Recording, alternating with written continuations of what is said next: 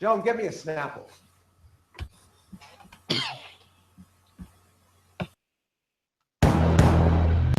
That's right. This week on the Squatchers Lounge podcast, the first of the super fan shows, the Squatchers Lounge podcast is proud to bring you the Grand Master, Mr. Colin Williams. That's right. He's got a degree in zoology, and watch the hell out. He's going to unleash it tonight on the Squatchers Lounge podcast. So get ready to get down and get funky on the Squatchers Lounge podcast tonight.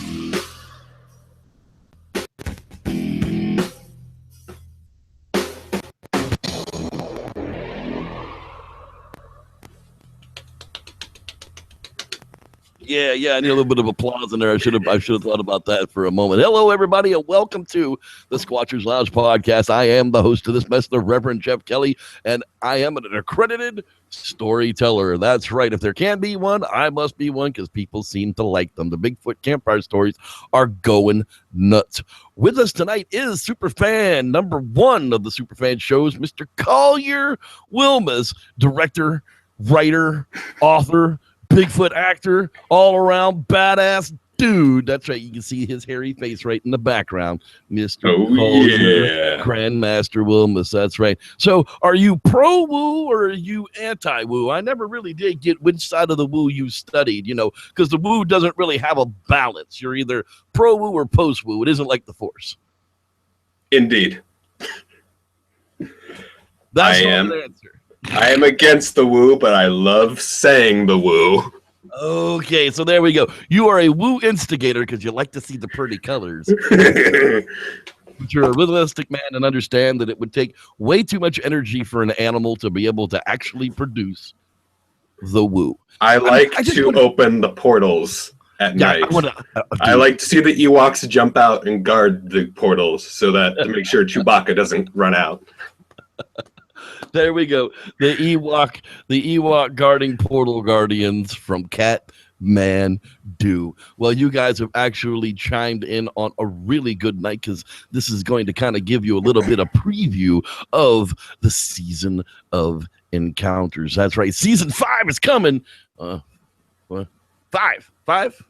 This whole backwards camera thing is really kind of screwy. Season 5 is coming. The season of encounters. That's right. Hey, if you're curious, if this is not my dirty underwear on the back here, if you missed out on the Bigfoot Entertainment Weekly, that comes directly from the Bigfoot Hunters movie. That's right. I got the dirty shit stained underwear from the movie. If you don't know what I'm talking about, you probably missed out because it's not up on YouTube anymore. They took it down once again. So, whoops, you might have to watch the review show to even know what I'm talking about. But those aren't my crap-stained underwear. Who sends crap-stained underwears in the mail to Reverend Jeff? Matt Hossman of the Bigfoot Hunters does, and I say thank you very much. Now, this is not an invitation for you people out there to send me crap-stained underwear. Not interested. Not giving out my address. Too late. Hey, it is perfectly legal to mail brown paper bags through the U.S. Post Office with proper postage and address written upon it. The contents of such could possibly be dog crap, something else. But I campaign it would be, forewarned, don't poke the bear. You don't want to get eaten. Hey, dude, tell us a little bit about Sasquatch Boss of the Forest, man. I see all these, I see pictures, I see little sneak peeks. We want to watch something, man. When's something coming out? I'm working on a teaser right now, as you know, Jeff, for at least the first segment. So you're literally going to play just the tip with us. Pretty much. Episode.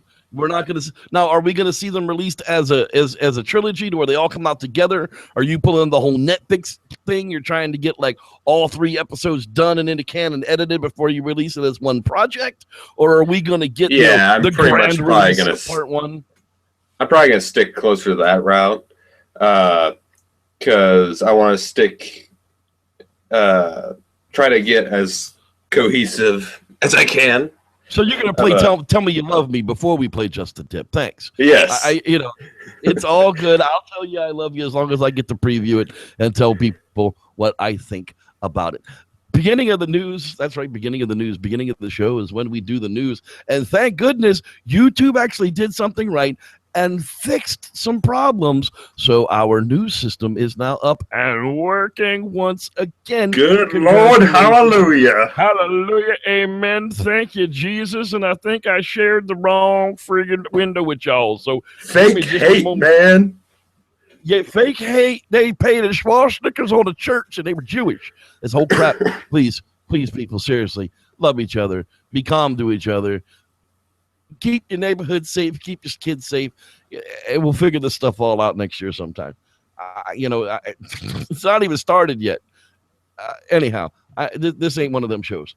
Let me get exactly what I want up here in front of us so that I know what I'm grabbing. Yeah, I know this isn't the most professional of shows, but it's free and it's something to do on a Wednesday night. How often can you say that it's free? And because Lucy ain't free. You know damn well one way or another you paying for Lucy. All right, so here we go, folks. The news for this week. There's quite a bit of stuff, but we're going to burn right through them. The Smithsonian Channel, I sent this to Collier. He watched it as well as I did. Polar Bear Town. That's right. Every fall in Churchill, Manitoba, it swells from a tiny town of 800 to one of 10,000 dumbasses, all full of new visitors to see 1,000 majestic migrating polar bears that'll eat your ass.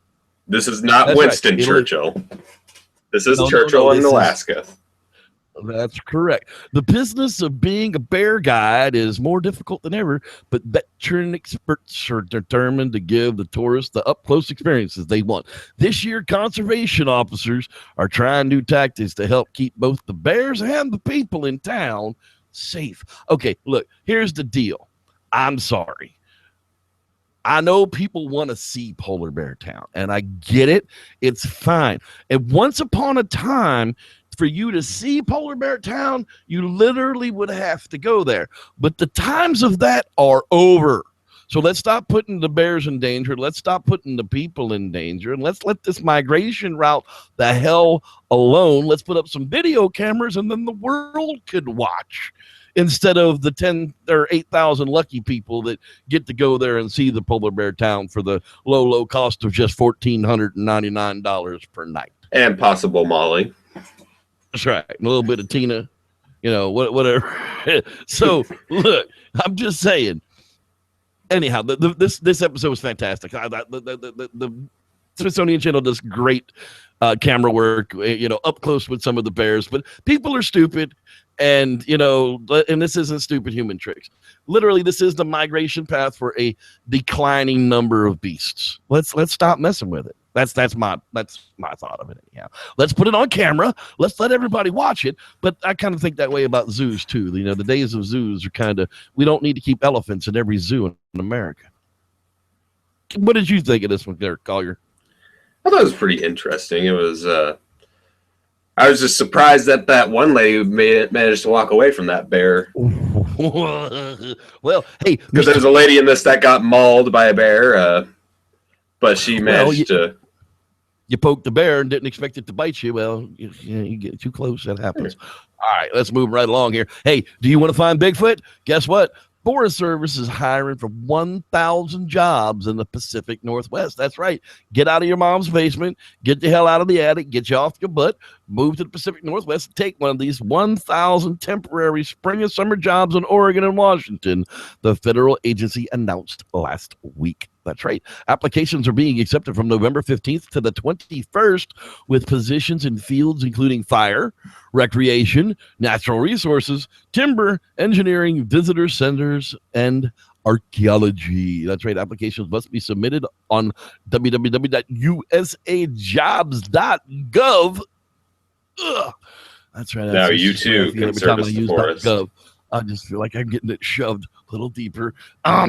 Officials suggest applicants create a profile in advance to save time on the hiring process begins, the agency said in a press release. That's right. So seasonal employment with the Forest Service is a great way to give back to communities, learn new skills, perform meaningful work, and get your ass paid, because it's not volunteer work. They're paying you. Search the website using the keywords such as Forest Service and Oregon, or other specific locations to narrow down the jobs. If I was able-bodied and had zero else to do, I'd love to be able to go and do this and just walk around Bigfootville and see what the hell's up, man. A lot of these we talk to a lot of these guys, and a lot of these guys swear up and down they have never seen a Bigfoot. But you know what? They've never been looking for one either. I'd do it just to get out in the forest. Just to get out in the forest and get paid. We got one of our viewers, and God bless you. There's so many of you out there, I can't remember which one it is. He works on repairing one of the crest trails. It might even be the Pacific Crest Trail, and they go out there and they do a lot of work on those things to improve it and make sure that the hikers are safe and, clean up some of the poop. There's a lot of poop. A lot of poop on PCT. You're supposed to pack it out, people. Yeah, there's a lot of poop. Anyhow, moving right along here. Bag gets better. Anyhow, renowned gorilla naturalist Ian Redmond to host a badger talk in Stroud as a new patron of the Gloucestershire Trust. That's right. Ian Redmond is the man. He's the dude that got trampled by an elephant not too long back and survived. That's a badass dude. One, to go to places where wild-ass elephants might trample you. Two, to be badass enough to be trampled by an elephant and survive. That makes you a double badass in my book. Ian Redmond truly is the most interesting man in the world. The man in elephants. I've had communication directly with the guy a few times, especially when Melba Ketchum self-published and posted this whole 13 now based on the Smeha Bigfoot steak. Sorry.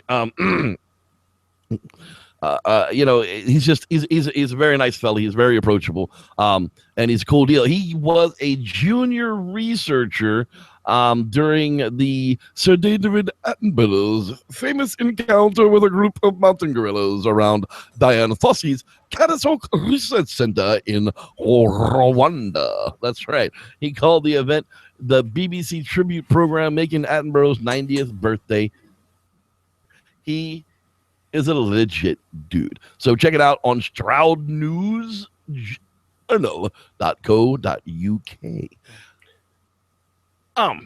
Going along with that, sadly, Cansby, the last of Dian Fossey's silverbacks, are now presumed dead. He was named Cansby by Dian Fossey upon his birth in 1978, since she believed his mother to be a male until she gave birth. Whoops! There it is. Upon seeing the newborn Fossey explained, it can't be, which turned into the name Cansby.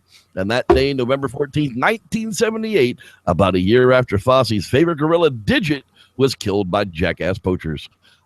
Since then, mountain gorilla Cansby went on to create a historic legacy in many ways, leading the largest group of gorillas ever observed, remaining dominant for the longest reign ever recorded. That's right, king of the hill, bitches. Siring the most offspring and passing the statistical life expectancy for mountain gorillas. Now, that has a lot to do with the protection that they received as well.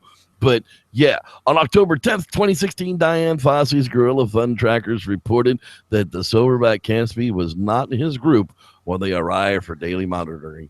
Since he was elderly and the group had been traveling a lot, it was possible that he had been left behind. So the group's tracker spent the next day looking for him or for his traces, but nothing was found. A succession of teams has been since conducted extensive and wider searches, and a final big search was conducted on November 3rd when 7 teams of Fossey found trackers and Rwanda Park authorities. However, no trace of Cansby has been found, and the staff is ready to conclude that he has passed on. On November 14th, he would have been 38 years. Wow, 38, dude. King of the hill. King of the silverback. Not just a tip, bitch. Yeah, he's 38 years old and presumed dead on the mountain. So, wow, that's sad. Quite an accomplishment still. Dude, he was definitely like the pimp of mountain gorillas. Cansby, sir, God bless, Godspeed. You can check it out, gorillafund.org. Maybe give it a donation and keep the rest of the mountain gorillas going. All right. WideOpenSpaces.com says the jackalope rut is in full swing in Wyoming. That's right. Look, there's pictures right there on your screen. Now, Bigfoot's not real because there ain't no pictures. Well, I keep saying the jackalopes aren't real, but I've seen mounts on the wall, and here you are, people, not live action. It is still framed, but jackalopes. They're jackrabbits with antelope horns on them. And anyhow, check out the extremely rare photographs of two ruddy jackalope bucks fighting each other for breeding rights. That right? Can you imagine the holes they can dig in the ground with those things? Anyhow, while they normally an elusive species, the shy creatures throw caution to the wind, and they start the jackalope rut, which occurs between the end of snipe season and the beginning of unicorn rut.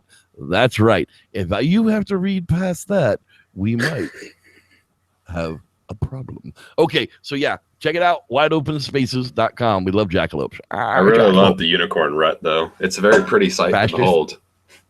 Fast as fast can be. You can't catch me. Bigfoot. That's right. Nope. Look at it. Got it. That's right. It's Bigfoot. No, it's not. But this brings questions to things we've never thought before. That thing in the tree is a gorilla. That's right. BBC Earth has finally brought forth, well, this is actually 2012. I can't say finally, it's been 4 years, but rare footage reveals gorillas sleep in the treetops at times. This is something that has never really been seen before. We've seen the gorillas, they lay on the ground, they build nests, they pull the things over, but apparently at times as well, they'll climb short ways up trees to feel secure in some of the nesting abilities of the treetops. It's very, very, very and strange. It blew my mind.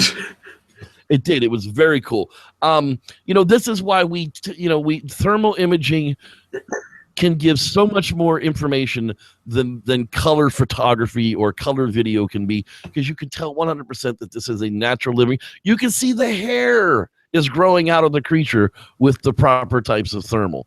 And, you can definitely tell that it's not a costume, because we did those experiences at the Browns with Doug Hudson and, his Bigfoot costume. You could definitely tell that it was a person in a suit. This is not a person in a suit, not whatsoever. BBC.com. You can search from there for gorillas and treetop slumber, and it will pop up for you. But it was incredible. What you think there, man? I thought it was really surprising. When you sent this to me, I was like, what? The treetop slumber? Gorillas don't do that. Then saw it, and I was like, holy crap, gorillas sleep in trees. Yep, apparently we're behind the curve on that one a little bit, but fantastic footage from BBC Earth. Okay, possible Bigfoot burial ground, a cave, photos of Bigfoot cradling the dying mate. What the actual F?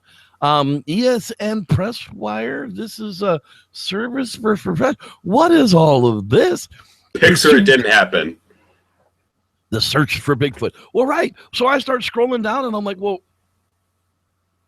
and then I come over here and I go, oh wait, Tom Biscardi, Bigfoot Project Investments Incorporated. Oh, this is a year-end statement of what Biscardi's trying to dupe people into thinking that he did all year, so that he can get more money to dupe people into doing stuff again next year. Rev, give me a Snapple. Redwood City.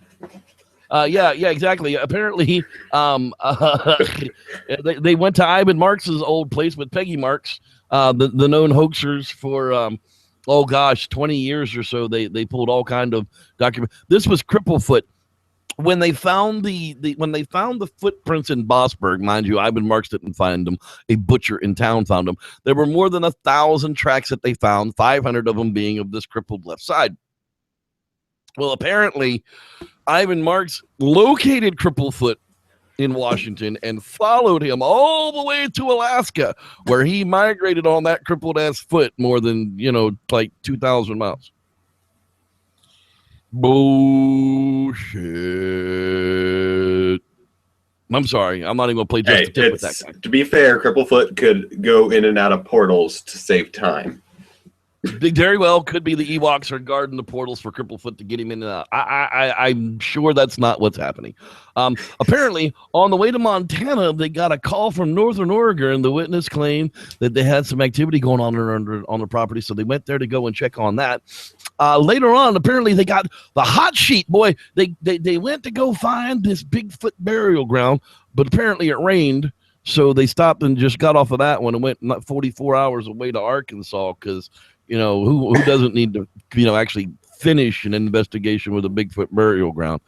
What does it say? It's, hey, don't take it to consider the source. It's Mr. Briscardi, and don't give him a penny. That's just good advice from the Reverend. Hey. Wow. I haven't heard of the Bigfoot burial ground. I would love to find that. I would actually go there. If somebody could actually find one of those, I would go there. It's probably just a bunch of costumes in ice boxes all littered around the forest.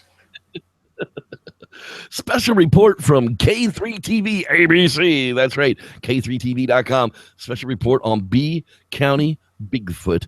The story may test your belief in the system, but for decades, people all over the world reported sightings of the mythical ape-like creature known as Sasquatch or Bigfoot. And one group in Beeville is working to try and prove it actually exists. That's right. Baltimore Galvin is one of the people trying to prove that the sightings are real. 3 News met up with him and was calling for Bigfoot to show itself in Normanna, just north of Beesville. So there's a nice, it's the usual, Bigfoot doesn't exist, but let's give this loser 3 minutes of our airtime anyhow. But, at least it's Bigfoot in the news. What did you think of this one, Collier?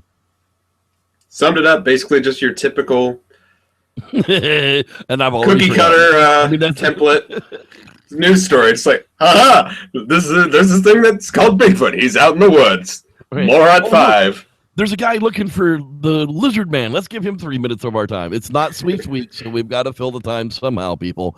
That's right, K3TV.com. You can check it out too. Okay. Be on the lookout, people. Sasquatch Summit 2016 is almost here. That's right. These guys planned the Sasquatch Summit for the weekend before Thanksgiving single year. So if you have a real job, you're not getting that weekend off ever. But anyhow, perhaps the biggest and best of these biological conundrums is the Sasquatch. Unlike the sparkle-winged damselfly, Latin name Yuma Guma, after the 1969 Pink Floyd album, Bigfoot has remained elusive. But on November 18th and 19th, the 4th annual Sasquatch Summit at Quinault Beach Resort and Casino aims to combine many different philosophies, theories, and research techniques with lectures, evidence, and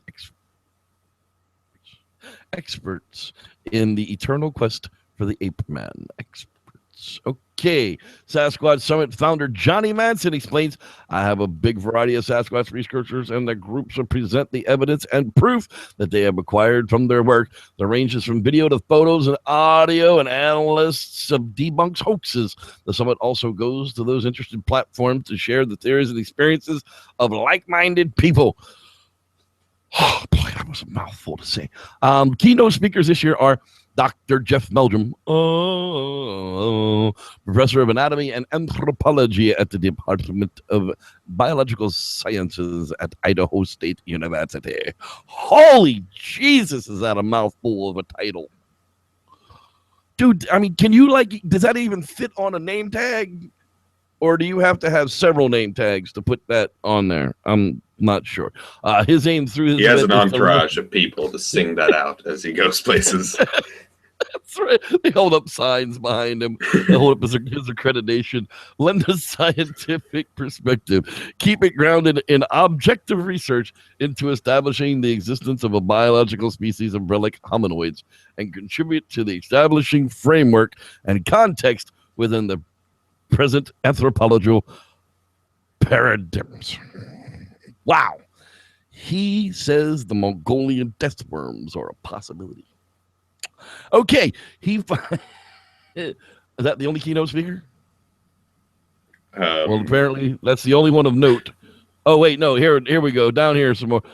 There's the Olympic Project. David Ellis is a field researcher for the Olympic Project. He too shall be speaking. I did.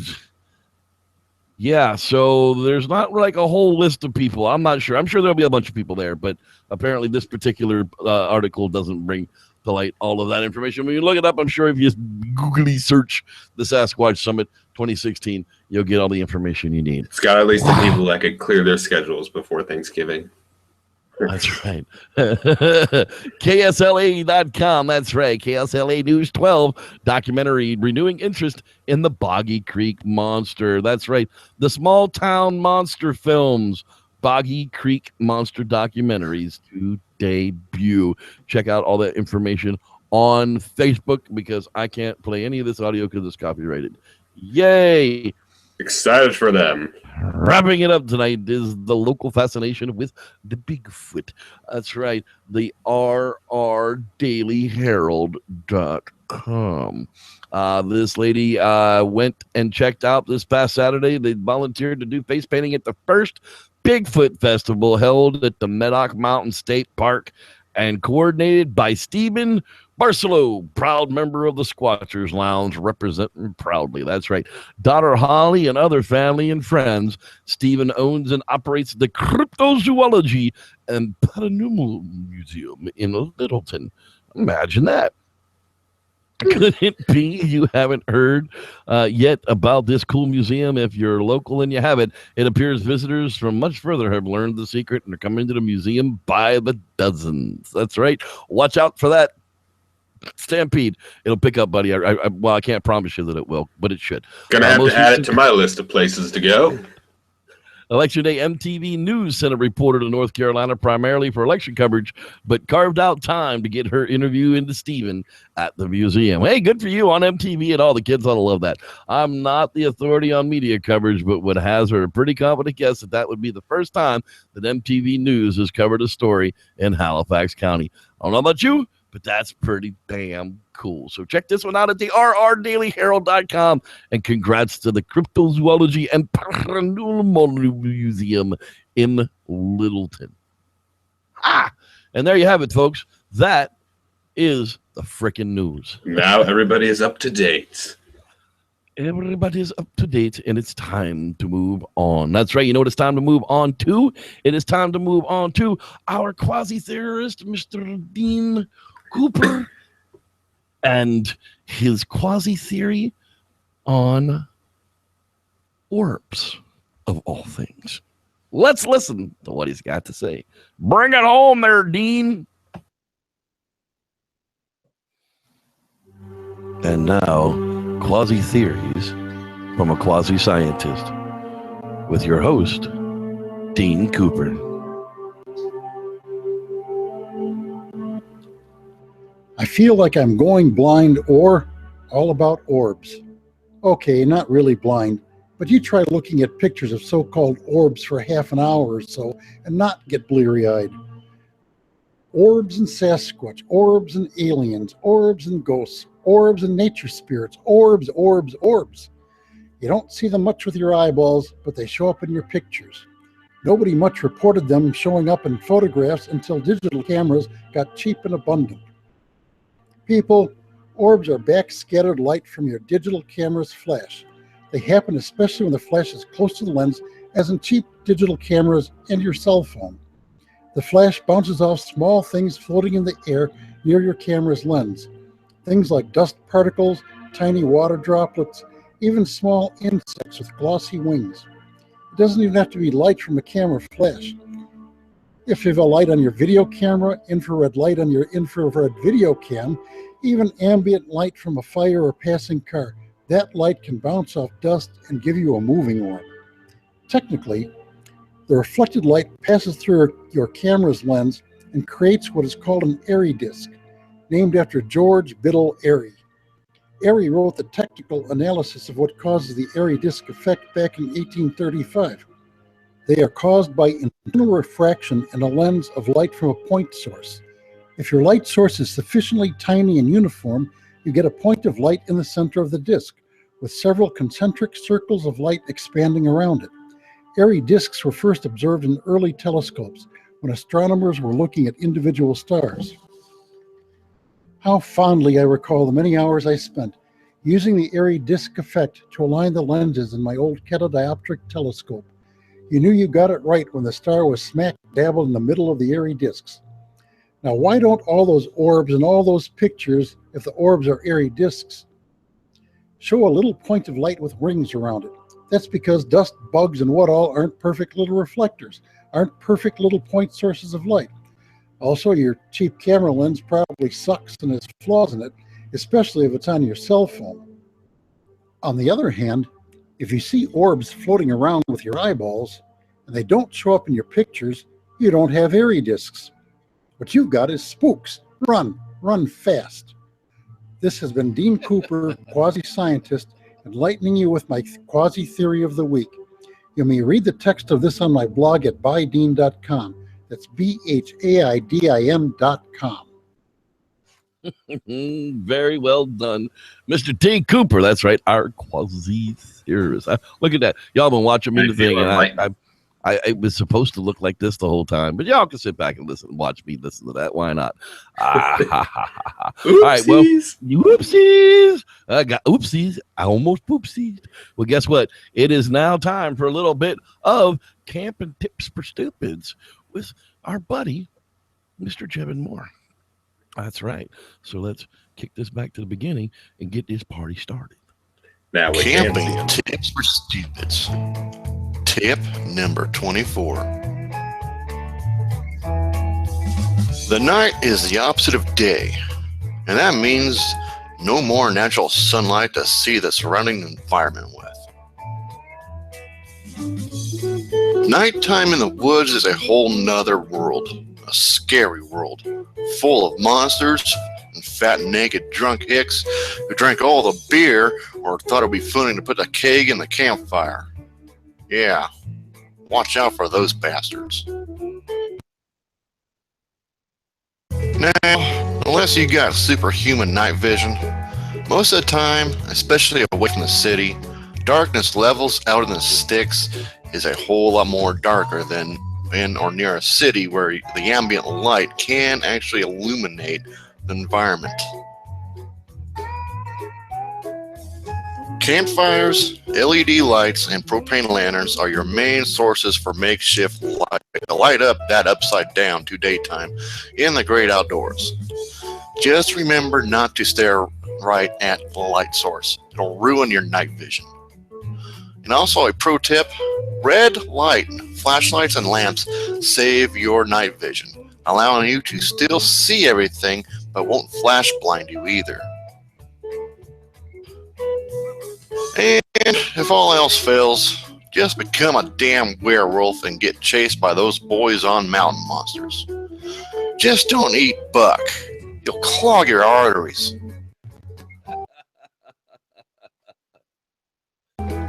This has been Camping Tips for Stupids. Remember to spay and neuter your idiot population. Oh, well, thanks a lot there, Jim. We appreciate that there, buddy. Holy crap. That's right.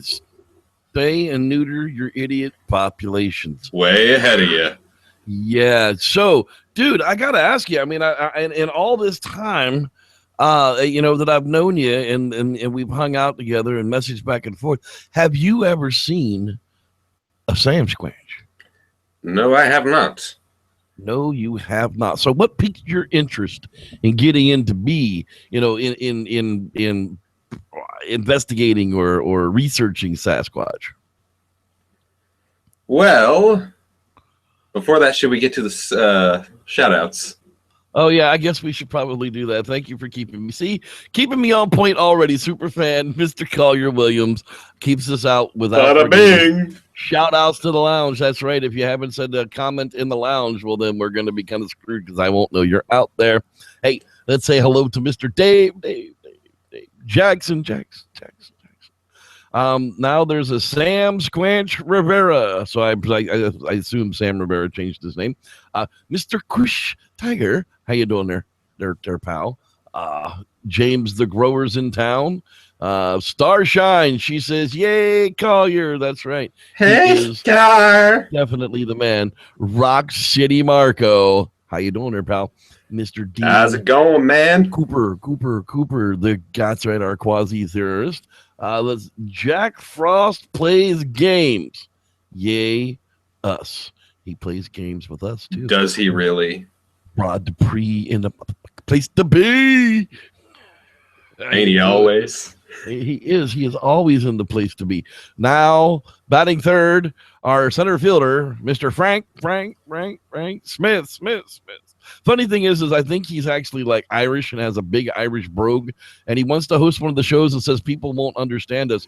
Frank, I'm telling you, man, hit me up. I'll get you you need to come hang out with us in the hangout and see if we can understand you or not, because I'm pretty sure if we listen to you for a minute or two, it won't be all that hard.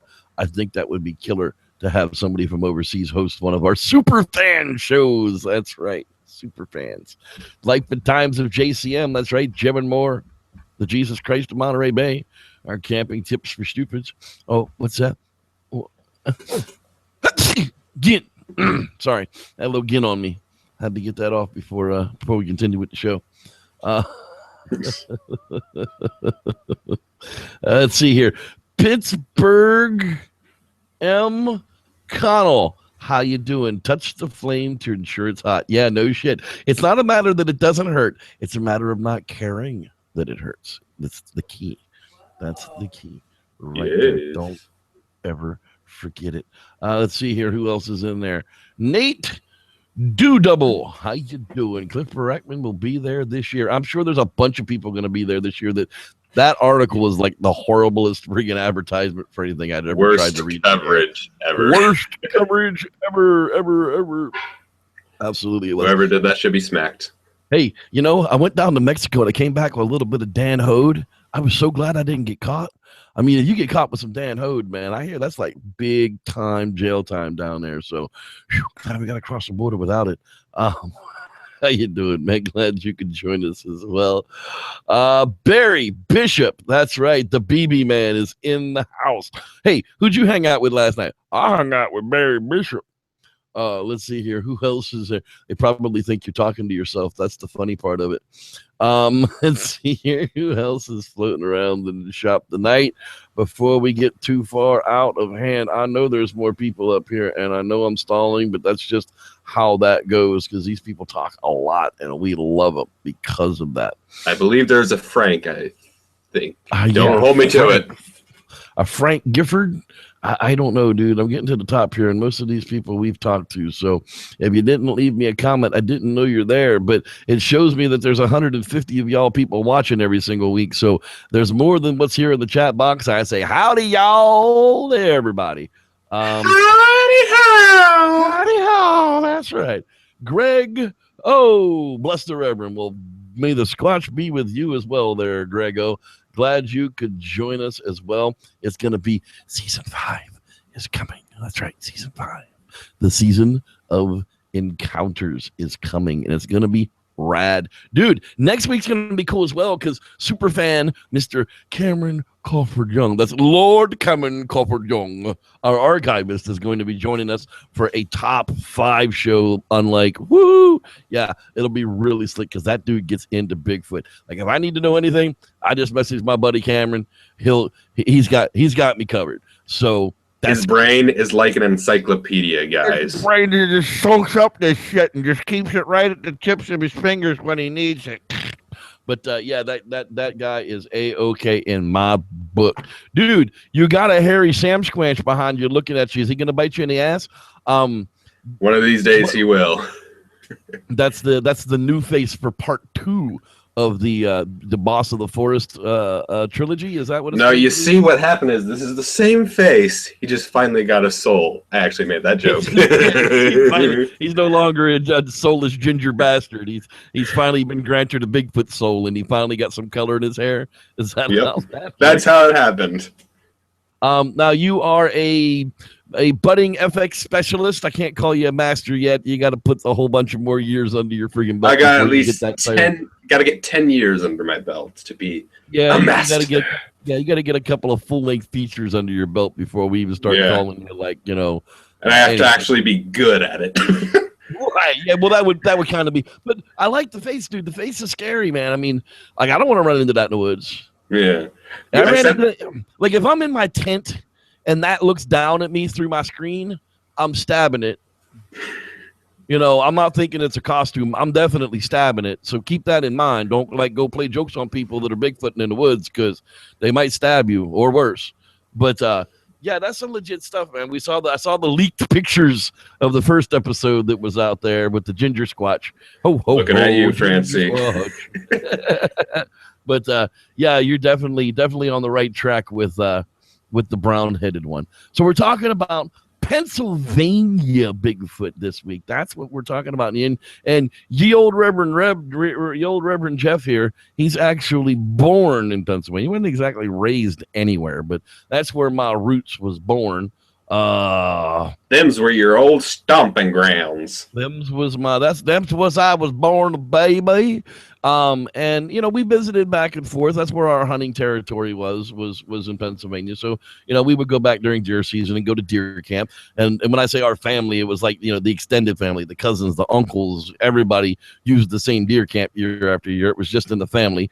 And it was just this old piece of crap shack that had bunks in it, you know, and a wood burning stove that doubled as a oven, or as a, not an oven, but like a hot plate. You know, you could cook soup and shit on it. So, you know, you didn't eat really great out there, but you could cook breakfast and warm up soups and, you know, make sandwiches and stuff. It wasn't too bad. Anyhow, I was 16. It was the year I got my car. It was like, I'm going to go spot me some deer. Now, I was the kind of hunter, I don't like to sit in the deer stand. I kind of like to move around and stalk for deer.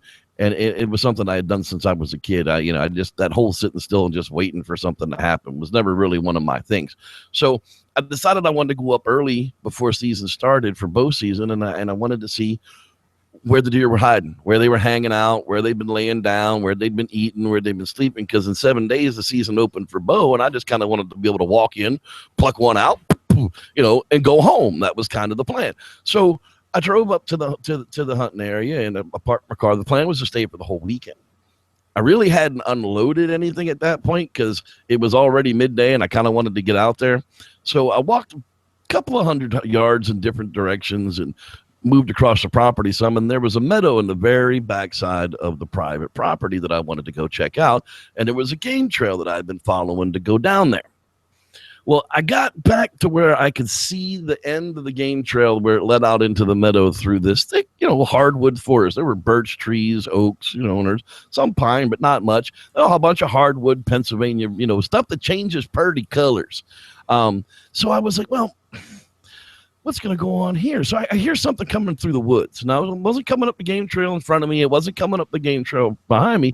It was coming from the dense thicket of woods that was off to the left side of this game trail. It's like, oh, got to be something big. This ought to be fun. So there happened to be a tree and a bush that were together, and I happened to be dressed in camouflage. I didn't have any weapons on me. This was long before the time of cell phones or, you know, cell phone cameras in 1986. You know, you were lucky if you had a good 35 millimeter camera that takes good pictures of stuff a foot away from you. And you know, so I crossed down between this tree and this bush and sit to wait to see this big buck come out of the tree line. But only a big buck never came out of the tree line. What came out of the tree line was this big, tall, black, hair-covered, round-headed creature with goofily long arms, a swimmer's build to the waist, and then a bodybuilder's legs the size of tree trunks. And you could see a set of nuts the size of your freaking fists on him. And he just kind of plows out and down this little embankment and walks across in front of me, never looks at me. He's not looking for me. He's not looking behind him. He's looking forward. He's going somewhere. And when he got to the other embankment, he kind of reached up and grabbed an arm, and it was goofy. He reached in and grabbed it this way, and he grabbed a tree, and he reached up and he grabbed another tree with his hand this way, and he kind of pulled himself up into the tree line and crashed off the other side of it. And I was terrified. I mean, this thing was gigantic. This thing gave you the feeling that if you cornered it, it would rip your arms off and beat you to death with it. But it wasn't hunting for me. I don't know what it was doing. Couldn't really think about it. Well, the moment it sounded as though it was far enough away from me for me to make a retreat through the wood line, undercover, I wasn't going to run down the game trail. That would have just been stupid because it was a deer trail, which I had to duck through the whole way down anyhow, because it was only about 4.5 feet tall. I was gone, dude. That was it. I was back to the camp. I was in my car. The car was started, and I was the F out. And that was in Cambria County, Pennsylvania. And we're going to talk about a lot of stories that come out of the sighting reports that come out of Cambria County, Pennsylvania as well tonight. But I wanted to share something with the people. Oh, no, nobody else reports that Sam Squanch has a big set of testicles on him. Why would yours have a big set of testicles on? That just doesn't make any sense. Well, here's what makes sense, people. This is a gorilla. Come on. There you go. This is a gorilla. Bonobo. Or a bonobo, right? Okay, look at my balls. Okay, straight up. I mean, just look at them. This is the kind of display that they weren't behind him. They weren't between his legs. They were right out in front as he was coming down that embankment. I don't know what happened to him because he was kind of turned at me, but I never saw his full-on face. I saw a human-like ear kind of in a weird placement, and the head definitely swooped back to a round spot in the back. It definitely had a big old brow ridge like that, but I never got caught in the nose. I got a side profile of what the mouth was, where it was real low on the face. It was just, I'm not trying to be gross or anything, but that was what convinced me that this was no man in a suit. This thing had legs with hair on them. He wasn't wearing hairy Levi's. And, this animal right here demonstrates perfectly what I'm talking about. When you look at a lot of these faked and hoaxed Bigfoot stuff, they literally look like they're wearing hairy Levi's. The picture of tonight's show, looks like you're wearing a suit of hair. Rather than the hair being directly connected to the muscle tissue, you're not looking at hairy legs. You're looking at a man in a suit. And that's, look at my balls. Just look at them. So there. Reverend Jeff, Pennsylvania Bigfoot encounter, 47 minutes in on episode 4, season 4, episode 37. You're welcome, people. That's right. So let's talk now you can stop asking him. That's right. Well, that's one of them. And I've shared that on many episodes before, but for the most part, that's the deal. That's what happened. The whole encounter lasted 20 seconds. But to make an impression, though. Yeah, enough that there's definitely, you saw it. It wasn't like a fleeting glimpse of something out the corner of your eyeball, and you're guessing it might not have been the swift of your hair. Literally that kind of stuff. And that's definitely not what it was. So I'd sent you a list of these that came out of Cambria County. So we'll go through some of these. I'm sure you're familiar with them as well, and we could talk about the instances of them. And, we're not talking about contemporary stuff here as well. The Keystone Bigfoot Project is actually where I'm pulling these information out of, PABigfootsociety.com. And they've got them all listed there by county. And Cambria County it's a central county of Pennsylvania on the outskirts of Pittsburgh, going to the east a little bit. I guess in the modern day and age, it could be considered a suburb of Pittsburgh, but the mountains are so broken up there. That's not how any of that works. That's not how this works. That's not how any of this works.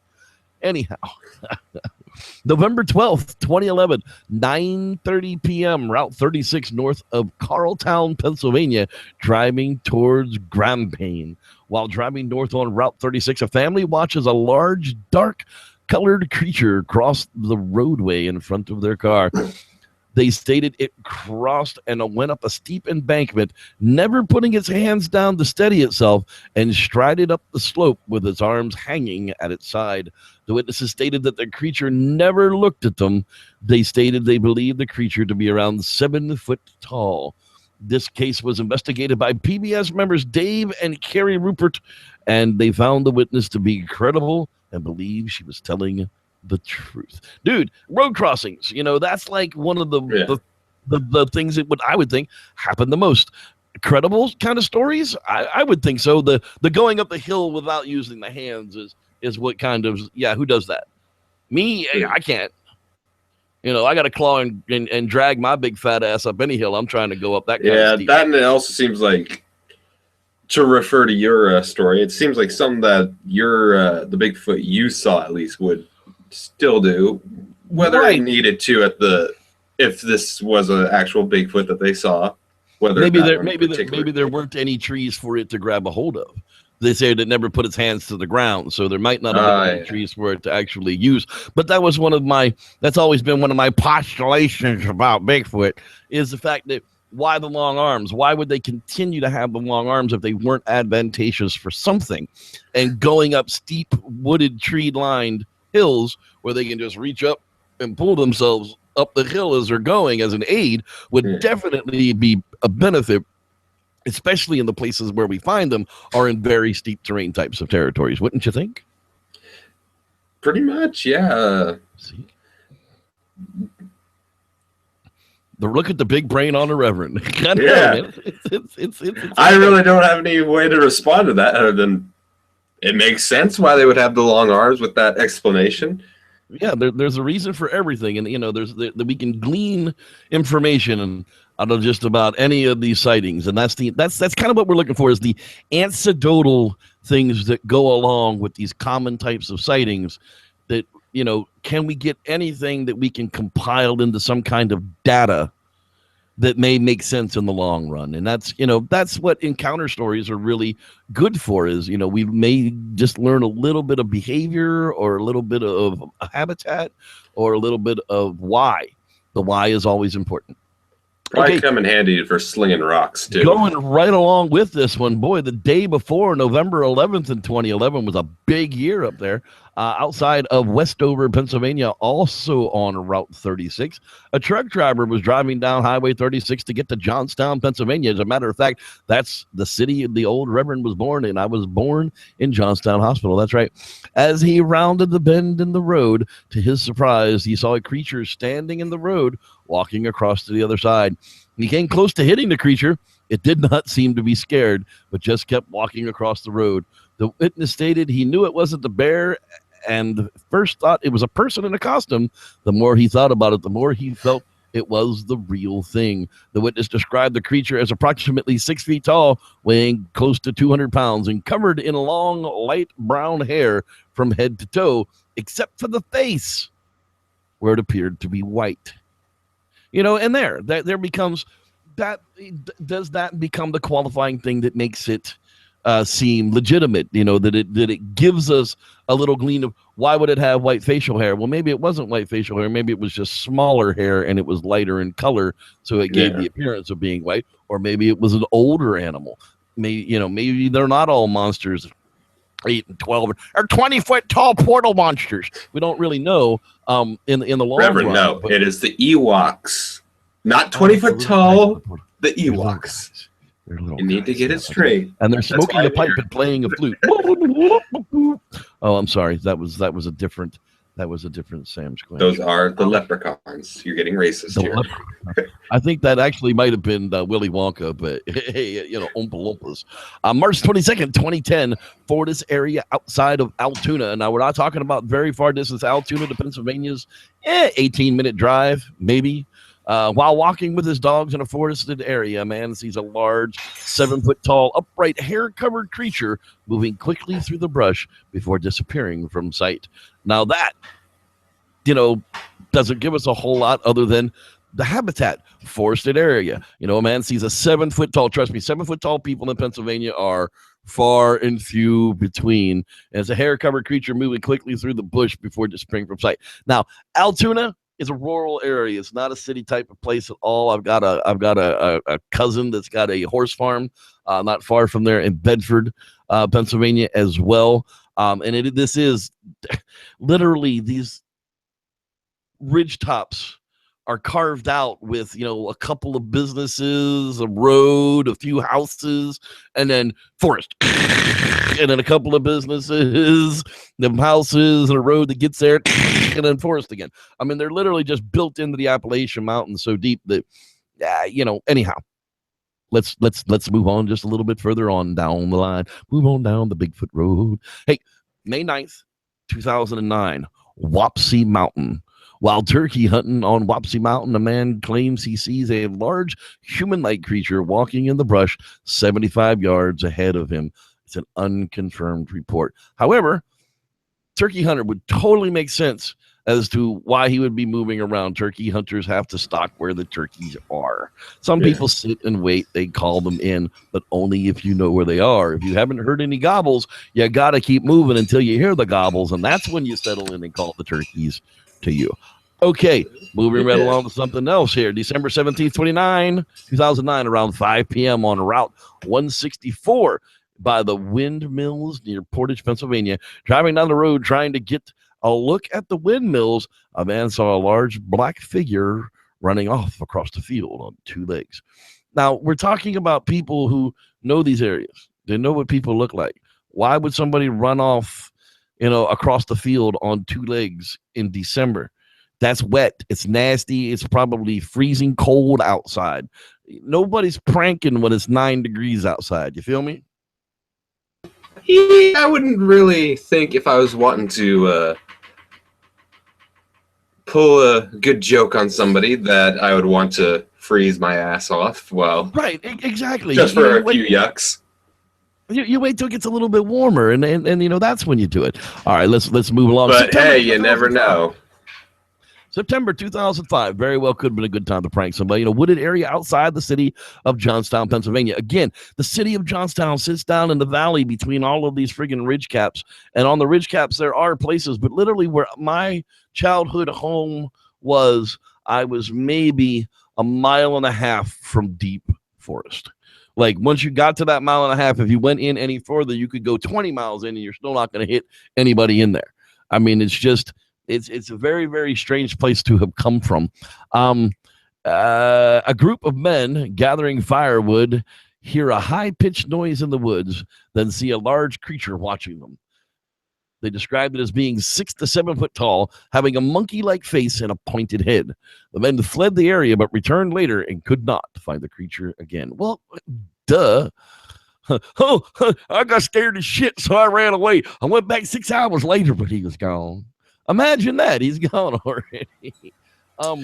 Yeah, why would it really need to return after seeing these weird little naked hairless human thingies? Up there, most likely those Sasquatch would probably have been on the way to go somewhere and came across these people and couldn't cross while they were watching, and was probably trying to hide out long enough until they moved on. Like I said, most people wouldn't even notice a Sasquatch if they weren't looking for it. There literally could be a Sasquatch sitting in front of people in a field. If you weren't looking for one, you'd never even notice it was there if it wasn't moving. Yeah. I prove that in combat games all the time. I literally go into the enemy spawn and don't move, and they run right past me, and I shoot them in the head. You ran right past me. You can't be mad at me. I just wasn't moving, so you didn't notice me. So I stood still, and I shot you in the face. You don't like the rules, change them. I did the same thing when I was doing a haunted hike where I was dressed in my Bigfoot suit. I just didn't move, and people would partially just walk right by me, and part of it was during broad daylight. Yeah, that's hey, that's the way that stuff kind of works. Okay, February 2004 in Windber. That's right. While driving on Route 56, a woman claims she struck a 2.5 foot tall hair-covered creature with the body of a bear and the face of a monkey. After turning around to return to the area, upon arriving, the creature was gone. So even the little 2.5 foot bastards are just hard friggin' core, dude. They're just friggin' hard to kill. 'Tis a flesh wound. 'Tis just a flesh wound. And hey, let's wrap up the Pennsylvania sightings report coming from the same county as old Reverend Jeff had his Bigfoot sighting in as well. And this one will be a little bit interesting to you. 1988 Elk State Forest. That's right. 3 campers were trying to find the road that they were parked their vehicle on. When one of them found the road, he was standing on it. He looked in the woods and saw shadowy creatures following his 2 friends. That's right. On the next Bigfoot Campfire Stories. That's right. We pulled a good one from the archives. So there'll be a new Bigfoot campfire story based on Cambria County, Pennsylvania on Friday, released from the old Reverend Jeff and the Squatchers Lounge podcast channel. He just gave you what do you tip. think, man? Gave you the tip. That's right. The whole shaft all the way down to the balls. It's just balls deep with the Squatchers Lounge podcast. No sex talk live. That has to happen with Bigfoot Entertainment Weekly. Dude, I appreciate you hanging out with me tonight. It's fun. It was fun. I hope everybody else enjoyed it. I'm not as knowledgeable on the territories and as Dave would have been. As the world spins. Yeah, it's all it's all good, brother. Just wanted to get you a chance to be behind the co-host wheel, as they say, and get your chance as super fan number 1 to come on host the Squatchers Lounge podcast. If you guys out there want to be a host, I've got several more shows open still through the holidays. Email me at sloungepodcast@gmail.com, and you too could be a host of the Squatchers Lounge podcast super fan editions. That's right. All you need is you can pull it off like Wes, is a smartphone and a pair of headphones, and we'll get you in for your own super fan edition. So email me. Now you too can be a YouTube star. That's right. You too can be a loudmouth with a YouTube channel. Join us on Facebook at facebook.com/groups/SLounge. You can find the fan page at facebook.com/SLounge podcast. That's what we've got for you tonight. Look at my nuts. That's right. Look at them. Look at them right there. Right there. Next week, you're going to join us for the Squatchers Lounge podcast with Not me. No, with Lord Cameron Young, our archivist, and we're going to really get some interesting things put on the show for you. Then I want to thank everybody for watching live tonight. So many people watching live tonight. It was a good show. We appreciate it. And may the Squatch be with you. I need an echo feature on this stupid thing. Peace out, everybody. Peace, love. Sasquatch, boss of the forest. That's right. If you're going to pimp something, now's the time to do it. Yep. Gonna have to add some big old Sasquatch nuts onto my suit for the third one. I was wondering why people don't do that. Do you think Bigfoot doesn't have testicles? If he's a 9-foot Bigfoot, how big would his testicles be? Would they be like the size of duckpin bone balls? Probably the size of a cantaloupe. Each one. You even know what a duckpin bone ball looks like? No, Indeed. would be the answer for that. That's right. Sasquatch, boss of the forest. You can find that on Facebook as well. I don't know why. We also have a YouTube channel. A YouTube channel. Don't forget it. Thanks for watching. That is where our stuff will premiere, okay? See you next week.